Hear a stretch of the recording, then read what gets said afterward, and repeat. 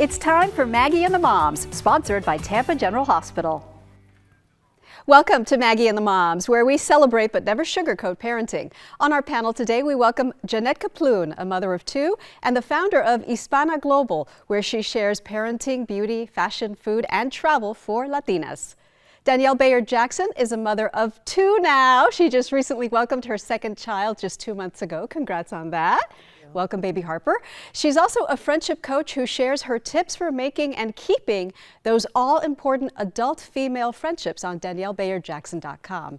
And Bree Gorecki, she has one son, and she is an associate editor and writer at Tampa Bay Parenting Magazine. Here is a sneak peek of the March issue featuring the newly expanded Florida Wilds at Zoo Tampa, which is opening next month in March. Welcome, ladies. Good to have you all here. Thank you so much. Let's start today with mom guilt. So much mom guilt in the world and all over the world. Recently, on a podcast, Kate Middleton, the Duchess of Cambridge, mother of three, was asked if she suffers from mom guilt. And her answer was, quote, "Yes, absolutely. And anyone who doesn't as a mother is actually lying." So she gave an example about how she had a prior commitment, couldn't drop off her kids at school, and Charlotte and George were indignant. How dare you not drop us off at school? What is the mom guilt that plagues you, Jeanette? Well, when my kids were really young, I spent a lot of time away from home because I was working outside of the home. And it was crazy, right? Because I couldn't be in two places at the same time. But I learned that each time that I was with my kids or at work, I could be fully there because my head was totally all over the place and guilt was consuming me, honestly. It was horrible. And guilt, honestly, is useless. That's right. It's totally useless. I'm glad that you figured that out. A lot of us are still working on it. How's it going? Are you suffering all kinds of mom guilt with the new baby? Yeah, totally. All the things. And it's especially hard, especially, as an entrepreneur, because your business is kind of like your baby too. So that needs nurturing and tending too. But when I'm there, I feel like, well, should I be spending my time with the kids? But then when I'm with the kids, I'm like, but if I don't have my hands on the business, am I not tending to that? And so, I've recently reflected on how much social media might be playing a role in the mom guilt thing, because it's almost like we're hearing the voice of other moms of how we choose to feed our kids or what we choose to do. And so I've had to determine how much of that is me judging myself and how much of it is I'm hearing voices of other women in the choices I make telling you what I should and should be doing. And so that's kind of been helpful in managing it, but I don't know that we'll ever be able to escape it completely. Yeah. Bree, you with us? Oh yeah. I think it's just maternal instinct to have mom guilt, in all situations. But for me, what we're going through now, my son is 7 and he has ADHD.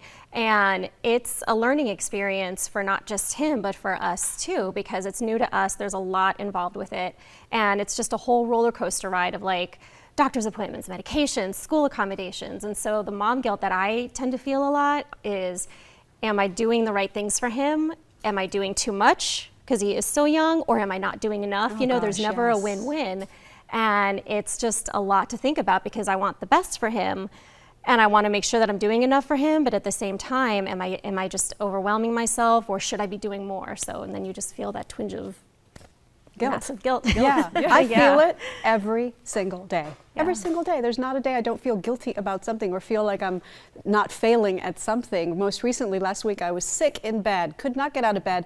And the amount of guilt that I felt hearing my family, doing the morning routine and me in bed was so bad that I got up and made the kids lunch, put in a load of laundry, and my husband's like, "What are you doing? Just rest." And I'm thinking, you're telling me to rest, but you're really thinking that I'm lazy and that I should be doing this because it's messed up. I think societal expectations, or the labels that moms have to do everything are ingrained in our heads. And so we always feel like the expectation's so high, of course we feel like we're always failing. We can't possibly do it all. And I also feel like we need to normalize sharing the load, because in this scenario, my husband was more than willing to help, and I think genuinely so, but I was putting it all on myself. So let's normalize, we can't do this alone. We shouldn't do this alone. Let's accept help.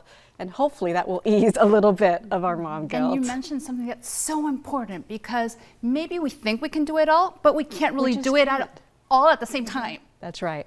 So releasing that load and releasing that expectation and that notion that we have to be perfect, we just have to be the best that we can, but that's not perfect. Amen. All right, let's move on to our next topic. We're going to spin the wheel. Jeanette, you've never been here before. We spin a virtual wheel and we see where it lands. And our first wheel topic today is fill in the blank. Okay, I thought this would be a fun one since we have kids ranging from a newborn to kids in college and everything in between, that it would be fun to answer this question. All right, ladies, fill in the blank. At this age, my biggest parenting concern or challenge is blank. We'll start with you, Bree.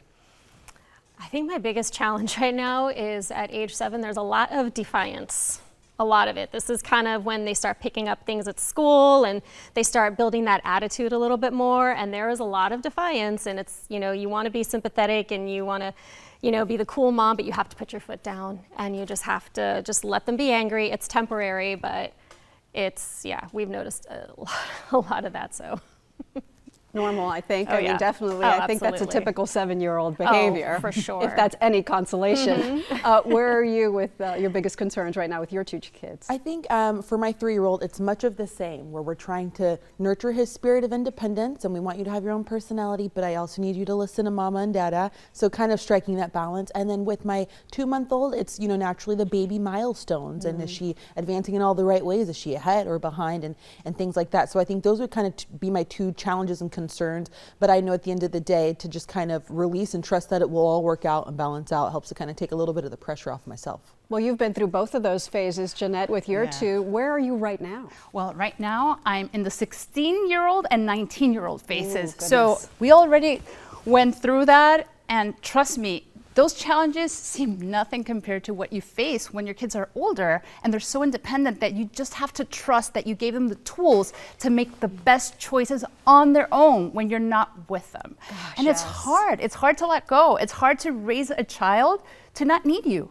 That's when you really succeed at parenting, but you're just it's crossing hard. your I fingers know. that they do make the best choices for That's them. exactly where I am. I also have a 16-year-old daughter, as you do, and my biggest concern right now is I worry about, will she be okay? I mean, my job is almost done. She's almost fully cooked and ready to go out into the world all by herself. And I'm like, is she going to be okay driving alone? Oh my gosh, then she goes to college, and then she gets married, finds a job. Is she ready? And you know what I've realized? That's my issue, not hers. Everything she's ever done in her life and everything that my husband and I have ever taught her leads us to believe that she will not only be okay, she will thrive. But here I am at night worried about that. And I think maybe it goes back to the mom guilt, but you know, you always worry about your kids. I also have an 11-year-old son, and it reminded me of the James Patterson book, Middle School, The Worst Years of My Life. I think that could be the title of my autobiography right now. Not his. He's having a good old time in middle school. But for me, it's kind of rough because, you know, 7, defiance is bad. Wait till you get to 11 when they're not little kids, but they're not teens yet. So they're testing the boundaries, and it's like too cool for school attitude, the whole rolling the eyes and giving you the you don't know what you're talking about look when you try to set them straight. So that's where I am, stuck in middle school. Yay! This too shall pass, though. Thank you for that hope, Jeanette. It will pass. All right, let's go to our next wheel topic. Spin the wheel and see where we land. Insta moms. Okay, we're going to look at a post from Anxious Moms, one of the moms we follow on Instagram. Her therapist says to her, name 3 things that you're good at. And she says, overthinking, second guessing, and stress eating. And the therapist says, no. I thought, you know, she's very public about her struggle with anxiety. A lot of people can relate to that.